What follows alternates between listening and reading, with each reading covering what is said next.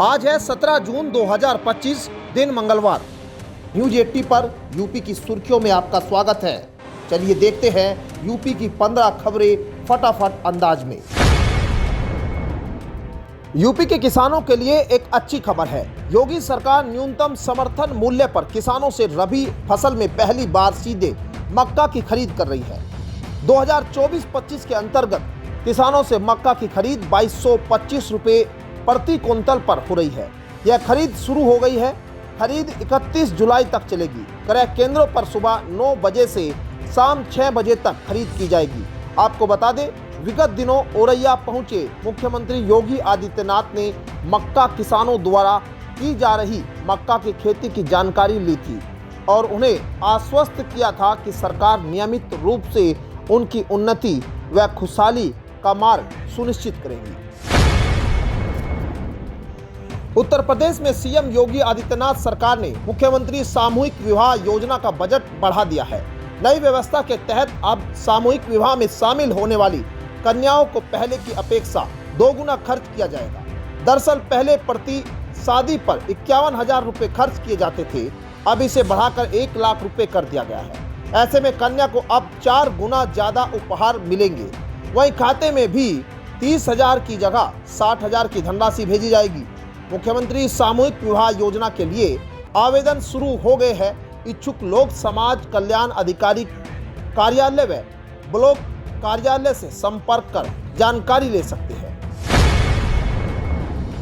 उत्तर प्रदेश के मुख्यमंत्री योगी आदित्यनाथ ने अंबेडकर नगर जिले को 1184 करोड़ रुपए की 198 विकास परियोजनाएं समर्पित की। आपको बता दें, इसमें 631.60 करोड़ की 102 योजनाओं का लोकार्पण और 552.52 करोड़ की 96 परियोजनाओं का शिलान्यास शामिल है। जल निगम की 162 करोड़ की 72 परियोजनाएं भी इसमें प्रमुख है। मुख्यमंत्री योगी आदित्यनाथ ने समारोह में कहा कि सरकार की मंशा है कि उत्तर प्रदेश के हर जिले में समग्र और संतुलित विकास सुनिश्चित किया जाए। अंबेडकर नगर एक ऐतिहासिक व सांस्कृतिक दृष्टि से महत्वपूर्ण जिला है।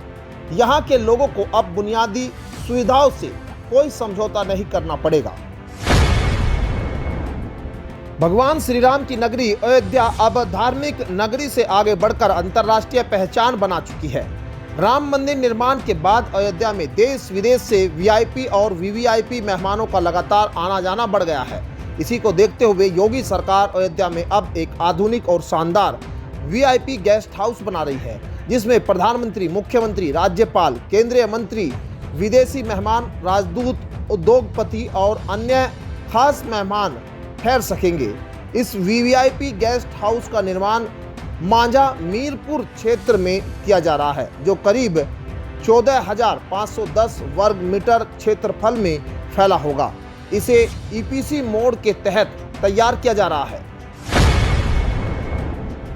उत्तर प्रदेश की सड़कों का जाल अब और भी मजबूत होने जा रहा है। गंगा एक्सप्रेसवे को आगरा लखनऊ एक्सप्रेसवे से जोड़ने के लिए सरकार ने 92 किलोमीटर लंबे नए लिंक एक्सप्रेसवे के निर्माण की तैयारी शुरू कर दी है। बता दें कि यह नया कॉरिडोर मैनपुरी जिले की भोगांव तहसील के 11 गांव से होकर गुजरेगा। दरअसल इस परियोजना से जुड़े करीब 500 किसानों की जमीन का मूल्य कई गुना बढ़ने की संभावना है। उत्तर प्रदेश एक्सप्रेसवे औद्योगिक विकास प्राधिकरण द्वारा संचालित यह लिंक एक्सप्रेसवे परियोजना राज्य की 2 प्रमुख हाईवे परियोजनाओं गंगा और आगरा लखनऊ एक्सप्रेसवे को जोड़ने का काम करेगी। उत्तर प्रदेश के नोएडा, गाजियाबाद, लखनऊ और कानपुर से लेकर आगरा में मेट्रो से लोग सफर कर रहे हैं। ताला नगरी अलीगढ़ में भी लोगों का मेट्रो में घूमने का सपना जल्द पूरा होने के आसार है।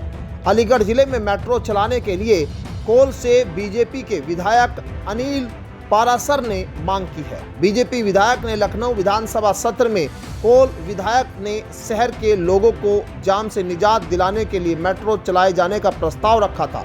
दरअसल एक्सपर्ट टीम अलीगढ़ में 10 दिन अलीगढ़ में रहकर पूरे प्रोजेक्ट का डिजाइन तैयार करेगी। कहां स्टेशन बनाया जाएगा, कहां से रूट निकाला जाएगा, इसके लिए सर्वे शुरू होगा। उत्तर प्रदेश में योगी सरकार के सत्ता में आने के बाद प्रदेश में कई जगहों के नाम बदल चुके हैं। इसी क्रम में सूबे की एक और जगह का नाम बदला गया है। बलरामपुर नगर क्षेत्र के होशियाना मोहल्ले का नाम अब बदलकर नागेश्वरपुरम कर दिया गया है। नगर पालिका परिषद की बोर्ड बैठक में सर्वसम्मति से इस प्रस्ताव को पारित किया गया है। नगर पालिका प्रशासन ने नाम परिवर्तन की जानकारी देते हुए नोटिस जारी कर स्थानीय लोगों और नगरवासियों को सूचित कर दिया है। अब इस मोहल्ले की पहचान नागेश्वरपुरम के नाम से होगी।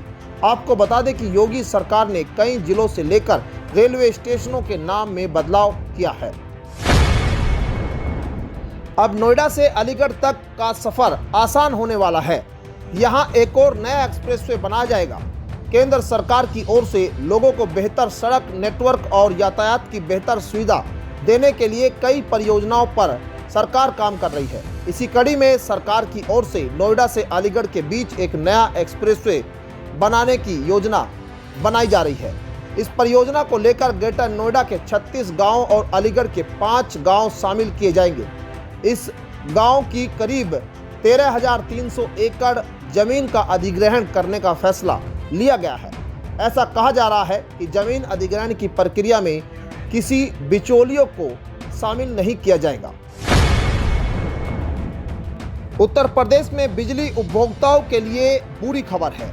Uttar Pradesh power corporation limited ने बिजली दरों में 40 से 45% तक की भारी बढ़ोतरी का प्रस्ताव उत्तर प्रदेश विद्युत नियामक आयोग के पास भेजा है। दरअसल अगर यह प्रस्ताव मंजूर होता है तो प्रदेश के करोड़ों उपभोक्ताओं को बिजली के बिल के रूप में बड़ा झटका लग सकता है। यूपीईआरसी ने इस प्रस्ताव पर विचार विमर्श के लिए 7 जुलाई से जन सुनवाई की तारीख तय की है, जिसमें पावर कंपनियों और उपभोक्ताओं दोनों की बात सुनी जाएगी। बता दें कि पावर कॉर्पोरेशन का दावा है कि यह प्रस्ताव उनके बुनियादी ढांचे और वित्तीय स्थिति को सुधारने के लिए आवश्यक है। मेरठ का एक छोटा सा गांव खजूरी आज एक बड़े बदलाव की मिसाल बन चुका है। जहां कभी ग्रामीण जीवन सिर्फ खेती बाड़ी और पारंपरिक जीवन शैली एक सीमित था, वहीं अब यह गांव पर्यावरण संवेदनशीलता, पर्यटन और ग्रामीण विकास का केंद्र बनता जा रहा है। खजूरी गांव ने यह साबित कर दिया है कि यदि इच्छा शक्ति हो और सोच सकारात्मक हो तो कोई भी गांव आत्मनिर्भरता और आधुनिकता की मिसाल बन सकता है। इस बदलाव की सबसे बड़ी मिसाल है गांव का खूबसूरत इको फ्रेंडली गार्डन, जिसे गांव के तालाब किनारे विकसित किया गया है। जहां एक समय यह तालाब उपेक्षित पड़ा था, वहीं अब यह गांव की शान बन चुका है। उत्तर प्रदेश की योगी सरकार 2027 के विधानसभा चुनाव से पहले पूर्वांचल को एक बड़ी सौगात देने जा रही है। सीएम योगी 17 जून को बहुप्रतीक्षित गोरखपुर लिंक एक्सप्रेसवे का उद्घाटन करेंगे। 91.35 किलोमीटर लंबा यह एक्सप्रेसवे न सिर्फ पूर्वांचल को राजधानी लखनऊ से जोड़ेगा, बल्कि प्रदेश की आधारभूत संरचना में भी एक महत्वपूर्ण मील का पत्थर साबित होगा। वहीं यूपी के गोरखपुर लिंक एक्सप्रेसवे के चालू होने से यूपी देश का पहला ऐसा राज्य होगा जहां 8 चालू एक्सप्रेसवे होंगे। बता दें कि नया एक्सप्रेसवे गोरखपुर और लखनऊ के बीच यात्रा के समय को घटाकर सिर्फ 3 से 3.5 घंटे कर देगा, जिससे कनेक्टिविटी बढ़ेगी। यूपी के मुख्यमंत्री योगी आदित्यनाथ से कस्ता विधानसभा क्षेत्र के विधायक सौरभ सिंह सोनू ने लखनऊ स्थित मुख्यमंत्री आवास पर भेंट की।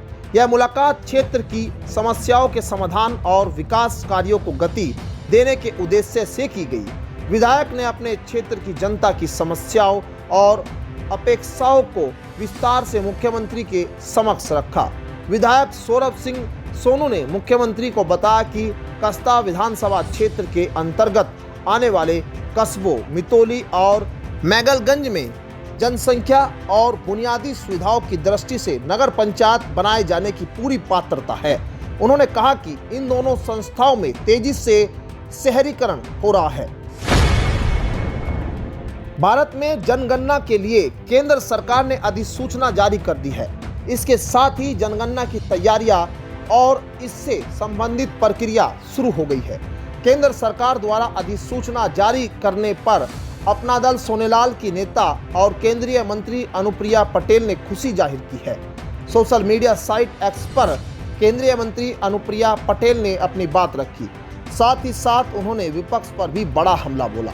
हालांकि केंद्रीय मंत्री ने अपनी पोस्ट में किसी नेता या पार्टी का नाम नहीं लिखा। पटेल ने लिखा कि जनगणना की अधिसूचना जारी। बता दें कि इसके साथ ही स्वतंत्र भारत में पहली बार जातीय जनगणना का रास्ता भी साफ हो गया। सपा के पूर्व सांसद एसटी हसन का एक बड़ा बयान सामने आया है। पूर्व सांसद एसटी हसन ने कहा कि कांग्रेस अकेले अपने दम पर कभी भी उत्तर प्रदेश में सरकार नहीं बना सकती। उनका यह बयान कांग्रेस सांसद इमरान मसूद के उस बयान का जवाब माना जा रहा है जिसमें उन्होंने कहा था कि मुसलमान सपा में दरी बिछाते हैं।